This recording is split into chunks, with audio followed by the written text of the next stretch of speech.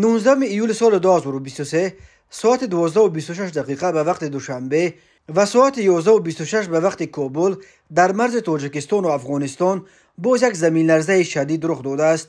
بنا به گزارش ها، مرکز این آفت طبیعی در 23 کیلومتری جنوب و شرق مرکز ناحیه فرخار ولایت تخار افغانستان، تقریبا 70 کیلومتر دورتر از دریای پنج که مرز تاجیکستان و افغانستان از روی آن می‌گذرد جایگیر شده بود. اما معلومات مرکزهای زلزله‌نگاری درباره اقتدار این زمین لرزه فرق می‌کنند. بنا به اطلاع پایگاه‌هایی که زمین لرزه‌ها را در سراسر دنیا پیگیری و ثبت می‌کنند، زمین لرزه در نزدیکی مرز افغانستان با تاجیکستان در عمق 215 کیلومتر رخ داده، شدتش طبق جدول ریختر 4.9 بال را تشکیل داده است. اما مرکز زلزله‌نگاری وزارت حالتهای فوق‌العاده ازبکستان شدت این زمین لرزه را 5.4 بال برآورد کرده خبر داد که این آفت طبیعی در عمق 227 کیلومتر رخ داده، جنبیدن زمین را در بسیاری از شهر و ناحیه‌های ازبکستان نیز حس کردند. مرکزهای زلزله‌نگاری تاجیکستان این زمین لرزه را هنوز شرح ندادند. درباره کدام خسارات